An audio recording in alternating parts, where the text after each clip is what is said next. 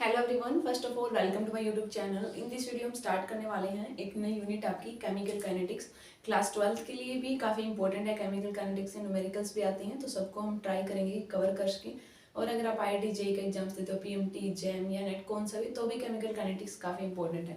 ठीक है, तो आज हम स्टार्ट करने वाले हैं केमिकल काइनेटिक्स। तो सबसे पहले कोई भी आप यूनिट पढ़ते हो तो सबसे पहले यही बताएगी क्या क्या डेली लाइफ में हम यूजेज हैं। जैसे हमने इलेक्ट्रोकेमिस्ट्री देखी थी, सॉल्यूशंस थी, तो वैसे ही केमिकल काइनेटिक्स मेनली हमें किसके बारे में बताती है? रेट के बारे में, रेट ऑफ ए रिएक्शन। किसके बारे में हम स्टडी करेंगे? रेट के बारे में। मान लो कि आपने कोई रिएक्शंस ए थी, वो बी में कन्वर्ट हो रहा है आपका प्रोडक्ट में, तो वो कितने टाइम में हो जाएगी? वो फास्ट होएगी, स्लो होएगी, कितना टाइम लेगी? तो रेट ऑफ रिएक्शन या आप बोल सकते हो स्पीड ऑफ ए रिएक्शन, वो कौन बताता है हमें? Chemical kinetics. रेट के बारे में बताएगी और सेकंड थिंग्स बताएगी कि कौन से फैक्टर हैं जिनसे हमारी रिएक्शन फास्ट होएगी, स्लो होएगी। वो फैक्टर फैक्टिंग भी पढ़ेंगे और कौन सा मैकेनिज्म फॉलो होता है जब एक रिएक्टेंट कन्वर्ट होता है प्रोडक्ट में। तो ये ऑल थिंग्स हम डिस्कस करने वाले हैं केमिकल काइनेटिक्स में। जैसे कि हमने लास्ट क्लासेस थी, आपकी 11th क्लासेस थी, उसमें आपने थर्मोडायनेमिक्स में पढ़ा हो। तो थर्मोडायनेमिक्स में किसके बारे में स्टडी करती थी? वो फिजिबिलिटी बताती रिएक्शंस की, कि स्पॉन्टेनियस मतलब कोई रिएक्शन होगी या नहीं। उसने रेट के बारे में कोई भी नहीं बताती आपका।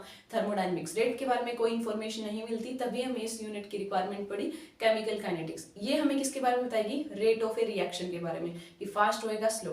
तो सिंपल आपको पता है कि कोई भी रेट है वो 3 टाइप से हो सकता है किसी भी रिएक्शन का। या तो रेट आपका बहुत ज्यादा फास्ट हो, या आपका वो मॉडरेट हो सकता है, या आपने देखी होगी कई रिएक्शन है जो काफी स्लो होता है। तो ये पॉइंट भी आप ध्यान रख सकते हो कि जितनी भी स्पॉन्टेनियस रिएक्शन होती है ना, वो मोस्टली स्लो मिलती हैं। स्पॉन्टेनियस क्या होती हैं? जो खुद से होती हैं, मतलब एक्सटर्नल आपको कोई बाहर से अप्लाई नहीं करना पड़ता कोई भी फोर्स। लाइक स्लो में आप सबसे पहले ये देख सकते हो, हमने लास्ट यूनिट में भी डिस्कस किया था, रस्टिंग ऑफ आयरन, लोहे को जंग लगना।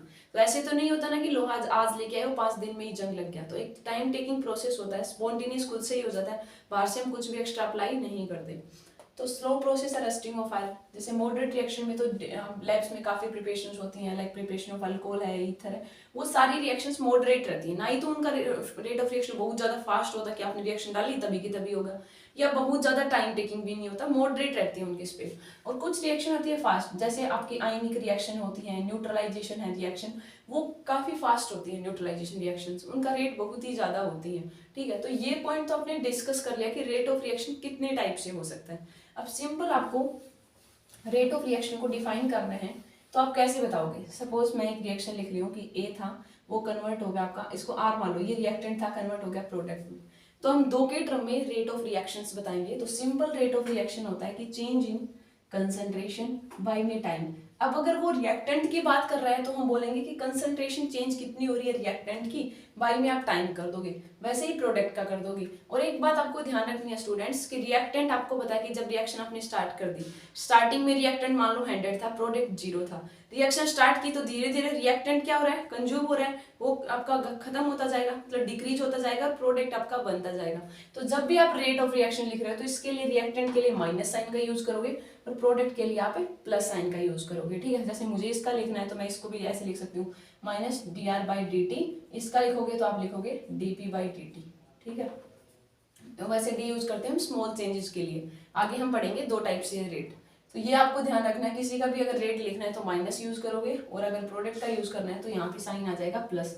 प्लस माइनस क्या इंडिकेट कर रहा है? क्योंकि आपको पता है कि जब आपने कोई रिएक्शन स्टार्ट कर दी तो रिएक्टेंट है वो डिक्रीज होता जाएगा, कंज्यूम होता जाएगा, और हमारा प्रोडक्ट बनता जाएगा।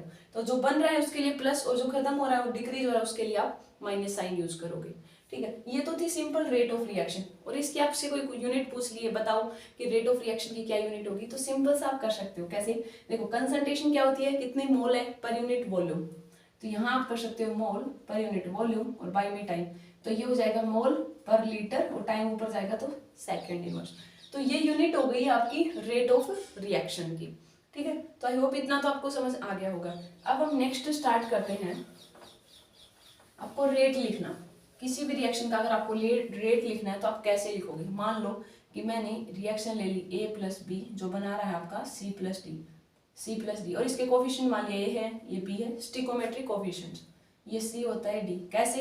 जैसे मान लो मैंने कोई रिएक्शन लिख रही हूँ, Na plus C Cl2 NaCl बन रहा है, अगर मैं बैलेंस कर रही हूँ इसको, तो यहाँ ऐसे आ गया। तो अब इसका अन्य का स्मॉल a की वैल्यू क्या हो जाएगी? 2, इसके लिए 1, इसके लिए भी 2, ऐसे। तो ये होते हैं स्टिकोमेट्रिक कोफिशिएंट, ठीक है। अगर हमें रेट लिखना है तो आप कैसे लिखोगे, अब एक ही टर्म में मुझे रेट लिखना है तो मैं लिखूंगी डी ए, यहाँ पे उसकी कंसंट्रेशन, वाई में टाइम, और जो एक कोफिशिएंट है ये आ जाएगा इसके नीचे, ठीक है, 1/n। ऐसे इक्वल टू करके लिखना आपको बी का, तो minus of D of B by में आ जाएगा डी टी, और ये जो कोफिशिएंट है वो आ जाएगा आपका नीचे। अब प्रोडक्ट का लिखोगे आप तो डी ऑफ सी बाई में डी टी इक्वल टू आप लिखोगे D of D by D T. इसका कोफिशिएंट डी था, इसका कोफिशिएंट क्या था, सी था। तो सिंपल सा आपको क्या ध्यान रखना है कि जो कोफिशिएंट होगा वो नीचे आ जाएगा, और रिएक्टेंट के लिए कौन सा साइन यूज करोगे, माइनस, प्रोडक्ट के लिए कौन सा साइन यूज करोगे, प्लस, ठीक है। अब देखिए दो टाइप के रेट होते हैं, एक होता है आपका एवरेज रेट और एक होता है इंस्टेंटेनियस रेट। इंस्टेंटेनियस रेट, देखो दोनों में क्या फर्क है, एवरेज रेट यूज करते हैं जब लार्ज चेंज हो, और ये यूज करते हैं हम स्मॉल चेंज के लिए, थोड़ा सा चेंज हो रहा हो रेट में, या इसका यूज किया जाता है पर्टिकुलर इंस्टेंट ऑफ टाइम पे बताने के। मीनिंग क्या है, ऐसे समझो, मान लो कि किसी स्टूडेंट्स के जैसे 10th का रिजल्ट आएगा, 5 सब्जेक्ट होते हैं, तो उसने बोला कि मेरी एवरेज परसेंटेज आई है 80, ठीक है, उसने बोल दिया एवरेज 80 है।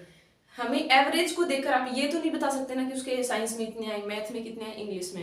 एवरेज तो ओवरऑल है सब्जेक्ट्स का, तो एवरेज में तो लार्ज सभी का लेते हो। अब जैसे स्पीड की हम बात कर रहे हैं कि अब वैसे इंस्टेंटेनियस में क्या होता है, वो पर्टिकुलर टाइम का बता देगा। मान लो कि केमिस्ट्री में आपने बता दिया मेरे इतने आए हैं, फिजिक्स में इतने आए हैं, मैथ में इतने, साइंस में, तो हर एक सब्जेक्ट का अलग अलग पता चल गया ना, पर्टिकुलर। तो इंस्टेंटेनियस में तो हम एग्जैक्ट डिटर्मिनेशन करते हैं। तो इन दोनों में से कोई पूछ ले आपसे कि एवरेज और इंस्टेंटेनियस में ज्यादा प्रेफरेबल कौन होता है, तो वो इंस्टेंटेनियस को करते हैं। एक तो ये स्मॉल चेंजेस होता है ना, तब यूज किया जाता है इंस्टेंटेनियस रेट दिखाने के लिए, और दूसरा होता है पर्टिकुलर इंस्टेंट ऑफ टाइम पे रेट को बताने के लिए, ठीक है। अब देखो इनमें फर्क क्या है, रेट ऑफ रिएक्शन जब लिखोगे ना वो सबका सिंपल रहने वाला है वे। डिफरेंस इसमें हम इंस्टेंटेनियस में डी यूज करना है, आपको यहाँ यूज करना है डेल्टा। कैसे, जैसे मैंने एक रिएक्शंस लिखी थी अभी, A plus B C plus D बना रहा था, अगर आपको कह दिया कि इसका लिखो एवरेज रेट लिख के दिखाओ और एक बार इंस्टेंटेनियस लिख के दिखाओ, तो सिंपल सा क्या चेंज कर दोगे, एवरेज के लिए तो यहाँ लिख लोगे आप minus of delta A by में delta of T equal to कर दोगे minus of delta B by में डी टी। माइनस यूज किया हमने रिएक्टेंट के लिए, और डेल्टा यूज करना आपको एवरेज के लिए। इसी का आपको कह दिया कि इंस्टेंटेनियस लिख के दिखाओ, तो सीधा लिखोगे आप minus of D A by D T equal to minus D of B by में डी टी। ये हमने रिएक्टेंट का लिख दिया।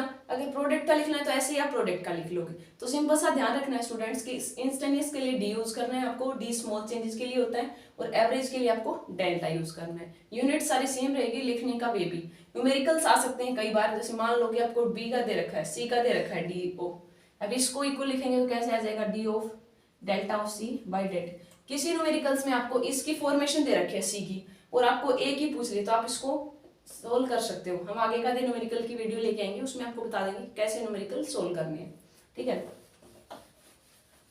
तो ये तो हमने देख लिया कि एवरेज रेट क्या होता है, इंस्टेंटेनियस क्या होता है, रेट ऑफ रिएक्शन। उसके लिए एक लॉ आई थी, उसको देख लेते हैं। पहली लॉ होती है लॉ ऑफ मास एक्शन।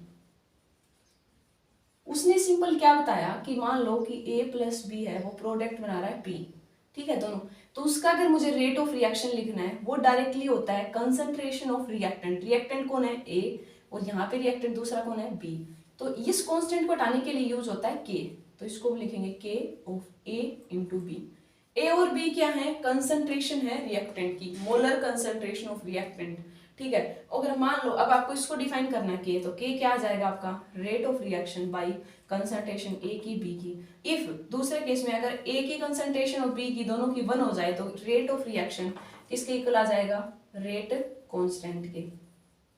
ये बताती थी simple law of mass action. और इनके अगर कोफिशिएंट है ए और बी, तो वो इसके पावर में आ जाएंगे, ठीक है, कोफिशिएंट है तो वो पावर में। तो simple law of mass action ने बोला कि जो रेट ऑफ रिएक्शन है वो डायरेक्टली प्रोपोर्शनल होता है प्रोडक्ट ऑफ, प्रोडक्ट है ना, कंसंट्रेशन ऑफ रिएक्टेंट, और अगर ये कोफिशिएंट है तो वो इसकी पावर में आ जाएंगे। और इस कांस्टेंट को यूज किया के, इसी को हम बोलते हैं रेट कांस्टेंट। अगर आपको कह दे कि डिफाइन करो रेट कांस्टेंट, तो रेट कांस्टेंट आपको बोलोगे कि कब रेट ऑफ रिएक्शन के इक्वल होगा, जब कंसंट्रेशन ऑफ मोलर रिएक्टेंट 1 हो जाए, तब रेट ऑफ रिएक्शन और के दोनों इक्वल हो जाएंगे, ठीक है।